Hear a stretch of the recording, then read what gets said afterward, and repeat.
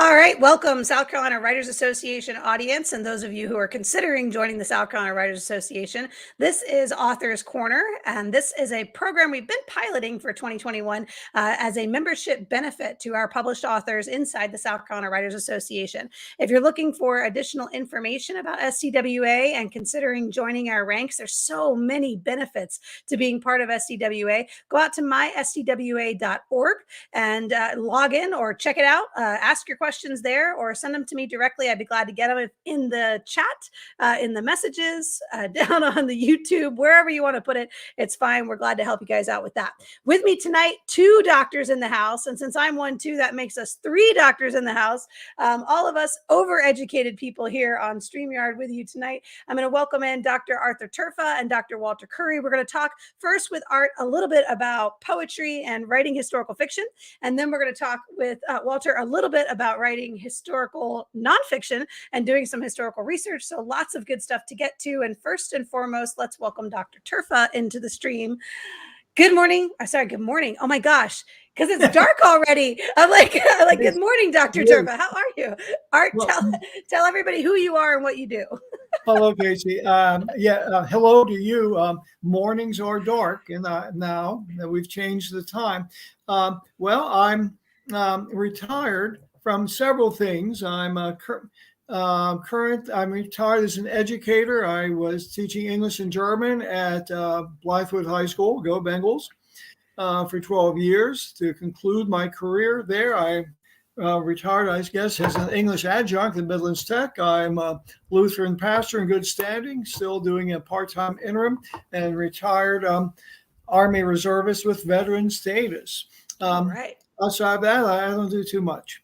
Yeah, right. You don't stay very busy at all. But tell us about the writing stuff. So you've got a most recent novel out, right? Which I called historical fiction. My first novel that saw the light of day, it's on Blurb, The Barclays of Beaumont County. And it's actually a literary fiction, although everything in it is historical. I respect history, love history enough. But it's about a Southern family that was once prominent. Then things happen, like the 21st century, and they're no longer prominent. So they have to adapt. And the novel begins, it's set in the southeastern U.S., and it begins on Election Day 2008, when the scion of the family wakes up and not at his home, but with his true love, and realizes he has to take Mama over to vote. And the protagonist is a veteran of Desert Shield, Desert Storm, was in the legislature. He's an attorney. Also helps with a family business that his brother is mismanaging. It's a cement block factory. And things aren't going too well in a number of ways.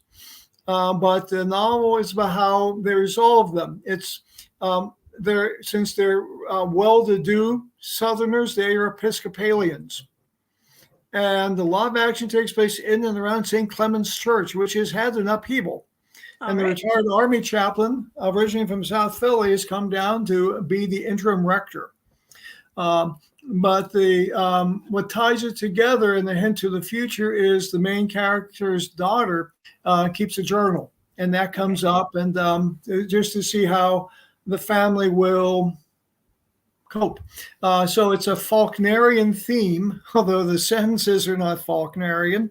There's a lot of John Updike put in there, my fellow Pennsylvanian, with some David Foster Wallace and Kurt Vonnegut for good measure. Some David Foster Wallace. Talk about literary. Yeah.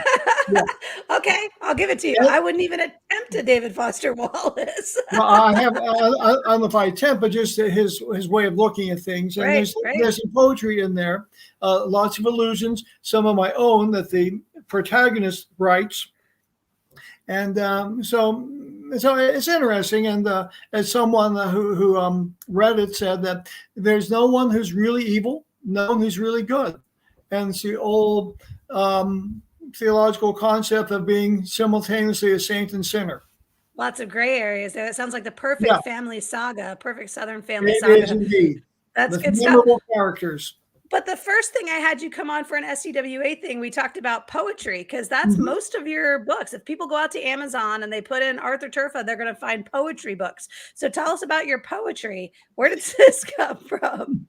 Well, that's right. Well, first of all, everyone should, if you are not in the SCWA, join, even if you never want to write. If you like to read, this is a place to learn about all kinds of authors out there, to learn about trends and joys and sorrows, I guess, in the writing business.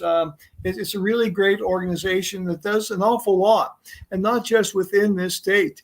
But the poetry, I first began writing lyrics. And I was listening to a lot of blues when I was in high school, usually sung by white guys from Chicago or Britain, and then got into some of the originals. Then I just became enamored of Bob Dylan. With a debate with my English teacher, who would say, "Now, Art, do you really want Bob Dylan to be a poet?" But he's not. And they go, "Oh, come on, Mr. Herman, he is." And Oh, try my you hand. won that when he won the Nobel Prize for Literature, Yeah, right? like many years later, yeah. And anyway, but the English teacher did something no one ever could do today. These days, I could never do it with a student. He said, I really can't teach you much. So go to the library, read, report back to me what you read. When I want you in class, you'll be there." So I read tons of novels. I read lots of poetry, especially Auden, Rilke, and I was studying German. So I was getting into that language, and I'm reading Yeats. I'm reading, Donne. I'm reading all kinds of folks, and began to write it myself. I did for a while. Then I had about a 20-year break because I was doing other things with my careers and education, and just life was too much. Then places and times, which I waved up briefly. This picture inspired me. My creative partner, Carol Worthington Levy, is an award-winning artist. She does the covers. And this one actually inspired me. It's a picture of Umbria, Italy, near Assisi, and I've been to Assisi. So I wrote something called The Road to Assisi. Anyway, put stuff on the old Google Plus. Joanna Koroska, the Chicago, an American and Polish poet, said, "Some of your stuff's good enough to publish," and the first book came. And there's been really 5 others since for poetry. That's exciting stuff. Listen, Mhm. so we're going to be at the Aiken Book Fair Yes. this weekend, and you're sitting on a panel. What's the panel that you're going to be talking on? Well, the panel is about building bridges and use of language, how poets use language. I'm going to talk a little bit more about some things I referenced a moment or two ago about what inspired me and how I try my own way to reproduce it, and especially about the concept of place, which is really important for my poetry, and I guess even for my fiction as well. What happens in the place, how a place can form us. I haven't lived in the Monongahela Valley in southwestern Pennsylvania for 11 years, since I was 11, but that really formed me. And other places have too. But my roots, as we say, go back there. And not that it's the best place, but it's a place that I knew. Some people try to get away from their places of origin or where they're at now, but I've always found something in there. Maybe not Well, right away, but eventually. we're going to riff on that in just a second. I'm going to Mhm. bring Dr. Curry in and talk to him. I'm going to lead him to that exact place about where he's from. And then we're going to riff on that because my next thing later on tonight is all about writing about my hometown. So I'm excited about this topic. Okay. So hang in there, go backstage, and I'm going to bring in Dr. Curry and we'll be right back with you, Art. Thank you. All right. No pressure, but eventually we No have to get pressure. to the place where we talk about where we're from. That's So, right. Dr. Curry, That's right. tell us about who you are, what you do, and a little bit about the books. Well, thank you, Casey, for inviting me. And I really enjoyed Dr. Turfa comments and very enlightening. I am originally from Orangeburg, South Carolina. My mother is a native of Sally, South Carolina, which is located in Aiken County. And I am a adjunct professor at Claflin University. I taught social studies for 4.5 years, and after that, I worked on my doctorate and earned it in curriculum and instruction. And so, tell you about my journey. It's kind of like I was purposed into doing this. My mother shared a lot of her family history with me when I was a child. Had a chance to met my grandparents and my great grandmother and great great aunts and great great uncles. Can you imagine that? And so a lot of the history that she shared with me over the years, and that history that she shared with me was embedded in my spirit, in my heart, in my mind. And so a couple of years ago, I began to reach out to her side of the family more and more, and find out that my ancestors and relatives have experiences that were connected to African American history and notable experiences. And so this particular story, I was told by my grandfather's first cousin. He shared with me that we are descendants of an enslaved cook who served in the Confederate Army. And I said, what? You got to be kidding me. I said, I was taught that blacks served in the Union Army. And he gave me the research that was done by a local genealogical society down in Edgefield. And so I did the research and found out that her name, Carla Thompson, she was an enslaved cook. And in 1923, she applied for her pension, her state Confederate pension here in South Carolina, and her pension was approved. And so I located a copy of her pension in the Department of Archives. And so building around her story and the story of other relatives led me to publish my first book, The Thompson Family, Untold Stories from the Past, from 1830 and 1960, which is a collection of stories, including my enslaved Confederate ancestor, that reflects the genealogical rich history of our family. And so that book was published in 2018. Then I was told to submit the book for a contest sponsored by the African American Historical and Genealogical Society back in 2019, the summer. I was going through some things personally with my son, and I received an email that congratulations, you won a book award. I said, what? And I said, this is unbelievable. That's awesome. That's awesome, though. It was awesome. And so in 2019, I officially received a book award at the conference in Maryland in the nonfiction category, genealogy. And so while I was receiving that award, it was birthed in my spirit to launch my company, Renaissance Publications, LLC, that I published books in African American history and genealogy. And so this year, I launched my second book, which is called The Awakening, the C. Wright Ellison Family Saga, Volume 1, a Narrative History, which covers the stories of two families who share a common ancestor. And her name, Martha Kitchen C. Wright Ellison. Now, interesting about Martha, and this is her right here. She was 14 years older than her second husband, Joseph Ellison. Okay. And what's so interesting about Grandma Martha, that she married my ancestor, Dave C. Wright. They were sharecropping in Aiken County in the early 1870s. And so he didn't make a whole lot of money. And so in the late 1800s, Aiken County began to go into the turpentine industry. And so they needed pine tree surveyors to survey those trees to see whether or not they had any turpentine. So a young man by the name of Joseph Ellison, okay, he was sharp, debonair. He came down from Bennettsville. He hooked up with my my ancestor Martha, and they had 6 children, and she had children from my ancestor Dave C. Wright. And so I thought, when I was told about how they hooked up, that my ancestor Dave died. He didn't. Martha left him for another man. His name was Joseph Ellison. And they had their first son, Foster Ellison. He was born in 1886.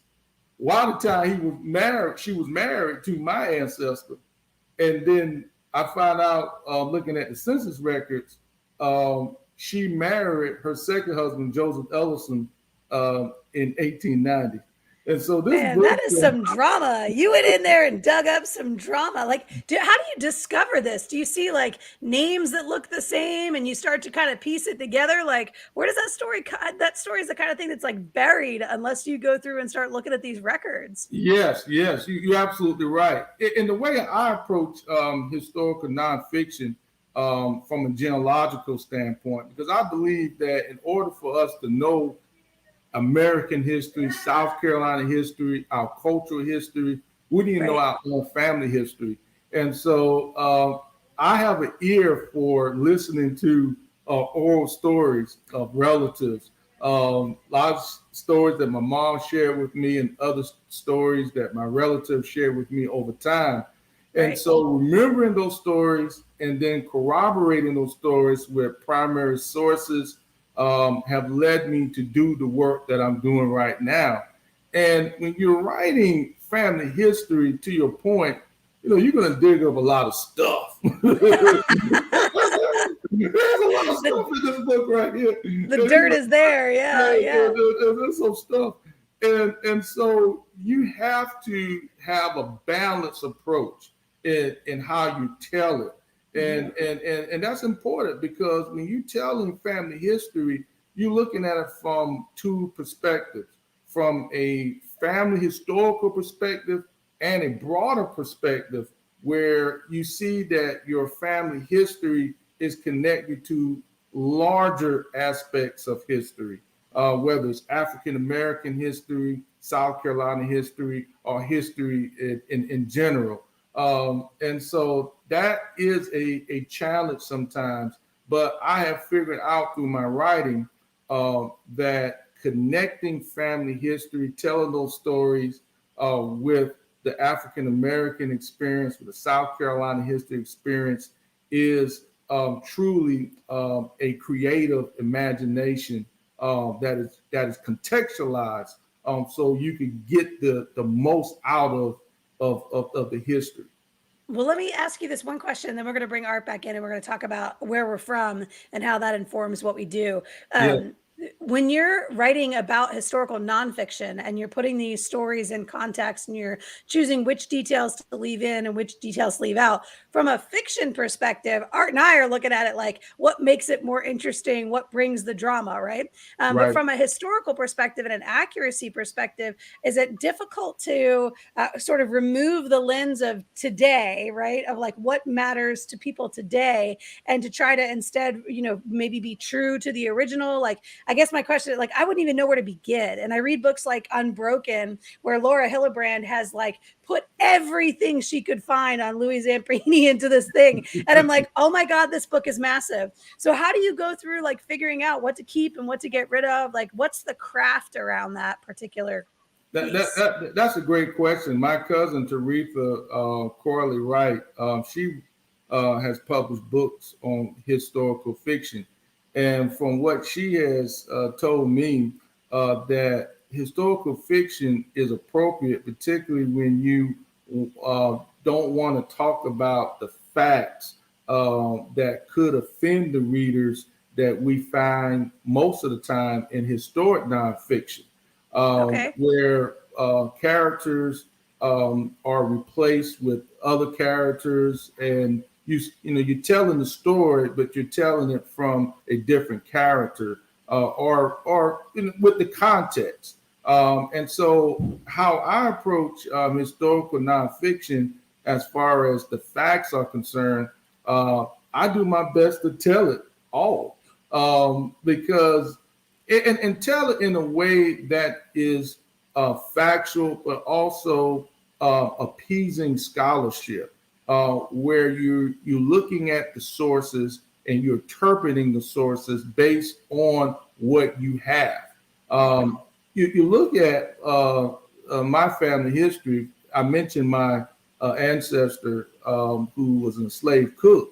I mentioned the fact in my first book, The Thompson Family, Unstored Toys from the Past, that she is in a unique class of over 100 Black African-American Confederate passengers here in South Carolina. And there's a book that is published about them.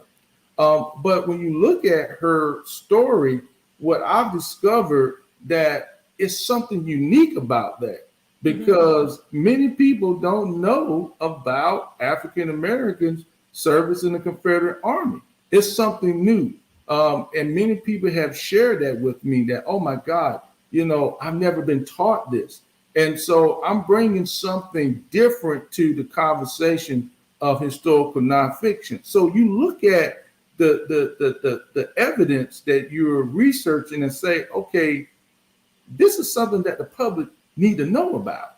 This is something that the public, needs to see and hopefully begin to start a conversation to dig up further about that particular topic. But also you have to keep in mind of the sensitivities when it comes to historic nonfiction. You do have folks who are very dogmatic in their beliefs. When you look at history, and I'm finding this out, you have approaches to history. You have some historians who approach history from a conservative perspective. You have some that approach it from a liberal perspective. You have some who approach it from a radical perspective. Different perspectives and philosophies of history that the historians approach their study. So we have to, be, aware of that. But to me, it's about telling the raw truth to the people and let the people decide how they feel about the information that I am sharing with them. Well, the excavation process is fascinating to me. I don't know that I would have the patience for it. I'm going to bring Dr. Turfa back in here too. I'm going to add you here. Let's slide that over if I can. Let me see. Can I move that to the other side? I was trying to figure out how I could move these. Let's see. But anyway, I was just going to put myself in the middle. What happened? Oh, I made it a big screen. I'm doing all kinds of crazy things over here. Okay, so it's fine. What I wanted to do was kind of go down this path of where we're from and what that does for our writing. And so, Dr. Curry, you mentioned you're from Orangeburg, and Dr. Turfa has been here for a while, but you're not originally from here. You're from Pennsylvania. So let's start with you, Art, about what is the Monongahela Valley? What does that do from your worldview, and what brings you to writing because you're from Pennsylvania? Like, what does that do for you? Well, yeah, I tell people I was raised in the South, and they say, "Oh, yeah." I say, "Yeah, south of Pittsburgh." Anyway, when Dr. Curry's family was living in South Carolina, and by the way, I do remember learning at the U.S. Army Chaplain School that I think a Tennessee unit Confederate unit did have a Black chaplain. Okay. Which is pretty interesting. But maybe they've updated and given name and all that, but I didn't at the time. But it's interesting. And my second book of poetry is Accents, because I'm a linguist. And I talk about how I would, while Dr. Curry's family was down in South Carolina, I suspect maybe some other places too, we were in the old countries. In Europe. Well, in Europe, yeah. My father's parents came from opposite ends of Hungary, which was at the time part of Austria-Hungary. And, I talk about accents. I would go down the streets of my father's hometown, Denora, Pennsylvania, and I could hear 9 different languages and accents, accented English. And I just was fascinated by that because, we were taught how to identify yourselves as who you were, who the people were you got along with, and who you didn't. Right. Who were the exceptions? So, and I remember I have in the introductory poem, my grandmother saying, "Have you ever heard of Jesus, Arthur? He was Hungarian, just like us." All And right. historically, way inaccurate and theologically inaccurate, but that was grandma. But so is that universal though, right? Like, so even Dr. Curry, as you're growing up in Orangeburg, there's a variety of folks living in Orangeburg too. Is it universal that the family kind of dictates, like, this is who we're with and this is who we're not with? I totally agree with you on that. My grandmother, she lived over 100 years old. She passed away a couple years ago. Her name was Lizzie Curry, and she definitely did that. I mean, she kind of kept a tight leash on us and let us know about our, relatives outside our family, who to deal with, who not to deal with. And then later on, she kind of shared with me why she did that over the years. And, some real stories that I knew about, but to hear it from her before she passed away gave me a better understanding. And, but at the same time, my grandmother was very liberal. When you, talk with her and she feel comfortable with you, she'll share with you a lot of things. And she shared a lot of things with me, before she passed away. And I'll tell you a situation, and I'm not going to get in trouble with this. My grandmother, her siblings, they had a very unique relationship. Some that she got along with, some she didn't. But one particular sibling who my father and I have his name, middle name. Our middle name is his first name. I found out that his real name is not Braxton. That's his name. He was named after a white man named Charlie. Okay, so his real name is Charlie Williams. Okay. Charlie was a good friend of my grandfather's family.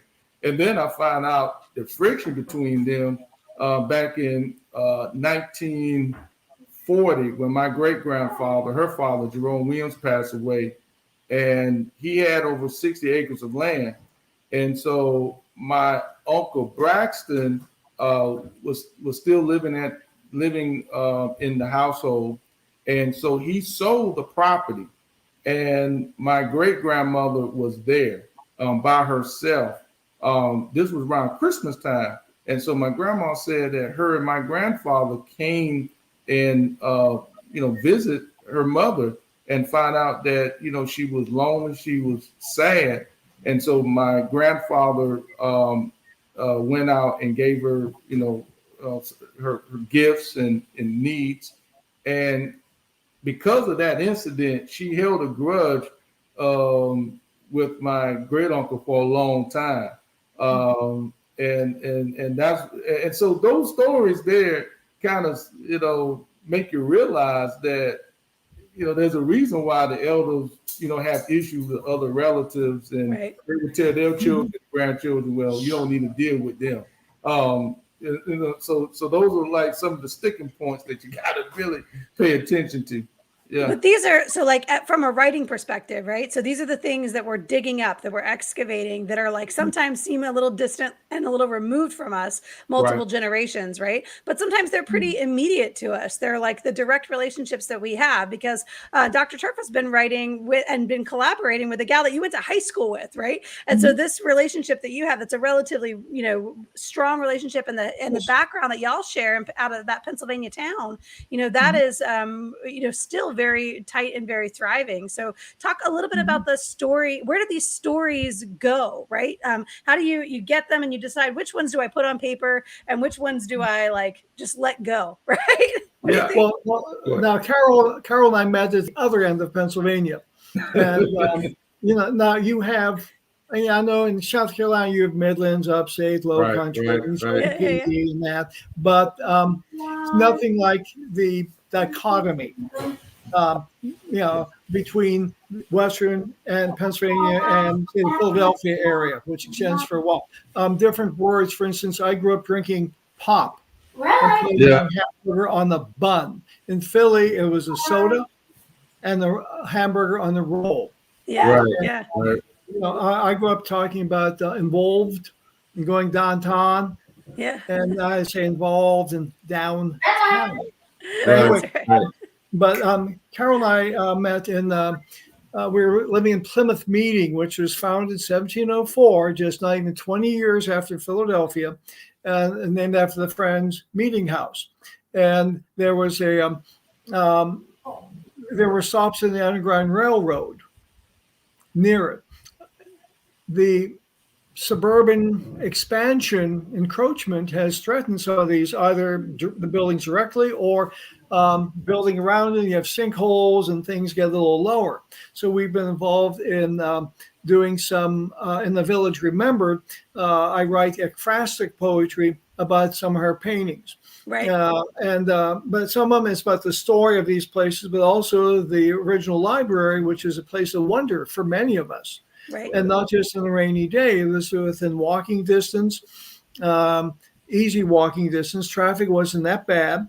And you could go and just find out all kinds of things. I could walk around the old quarries from the limestone.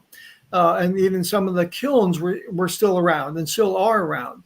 Some of the woods I walked around in, though, now they're big old houses. Right. New houses. And I write in one of my other poems, The Three Woods, where I talk about the woods I grew up to in the Monongahela Valley, and the ones around Philly, which are gone, and the ones in Saluda County, where I was living at the time. And I close with, well, where the hell do kids go now? Yeah. You just don't have it. And Because we're concreting everything over. Yeah. Well, concrete, or it's all plasticized, and you may not know your neighbors. Well, I knew my neighbors growing up. I know all kinds of stuff about them, and vice versa. And same in Plymouth Meeting. It was a village that was within 10 minutes drive from the city line of Philadelphia. 10 minutes walk from humongous mall that was built, and near the even more humongous King of Prussia Mall. But so you make a good point there, though, because I think that there's a difference between the history and telling the historical stories and the nostalgia, right? Which is the way we feel about these historical stories, right? So, and Plymouth Meeting was, it's near Valley Forge. Redcoats marched up and down those pikes. So did the Patriots. Our high school mascot was and is the Colonial. Yep.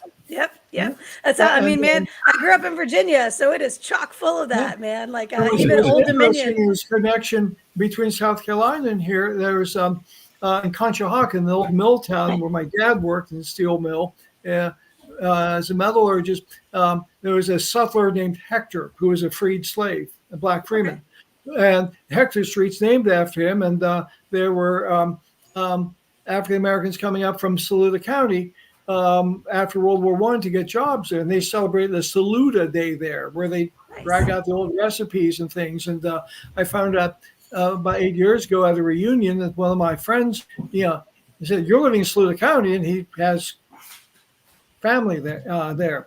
So it's interesting how all these places, you look at the place and you think you know it, you don't. You have to dig into it, like Dr. Curry does with the historical facts. And I do that as well. But then what I chose to do is to talk about how I relate to them personally, or what they meant. The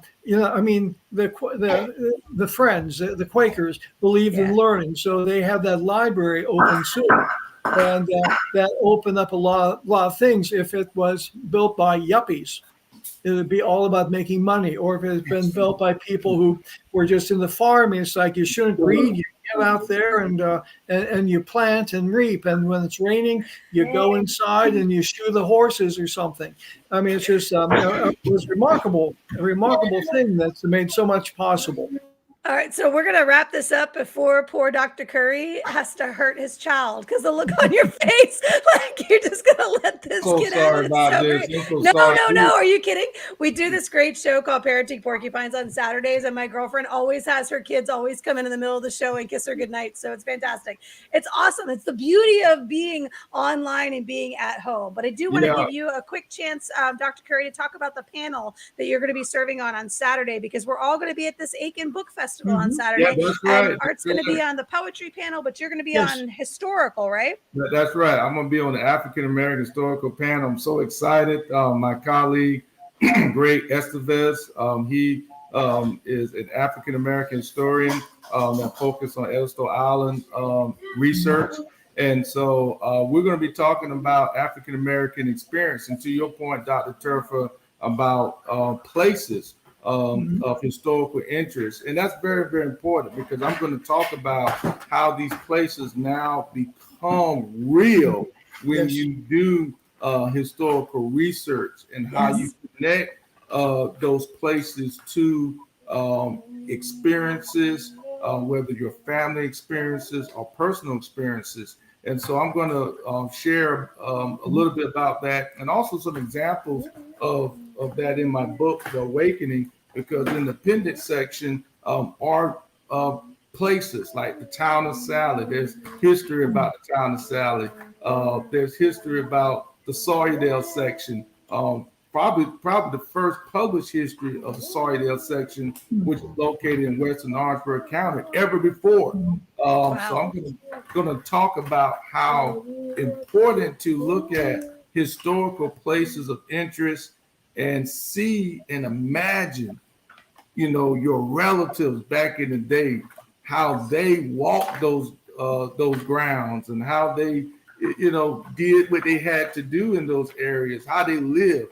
And so these places are not just going to be places of just oblivion. These are places where you're going to really believe and really see through historical research. So I'm proud to be a part of that. This is going to be awesome. So the theme is building bridges, and we've hopefully done that tonight a little bit, tried to connect to relatively different genres with our Authors Corner, but certainly the South Carolina Writers Association is the reason the three of us are in the same room together, Doctor. And so thank you both for your time. I appreciate you both so much. If there's anything that I and Right on SC can do to promote your work, by all means, let me know. And in the meantime, SCWA is going to continue to support y'all, and we appreciate you, and good luck to both of you. We'll see you on Saturday. See you Saturday. Take care. When you say the doctors, I think Dr. Fine, Howard, Dr. Fine. That's right. I'm okay too. I'm sure it's fine. All right. That's Authors Corner signing off for November. Thanks, everybody. We'll see you next time.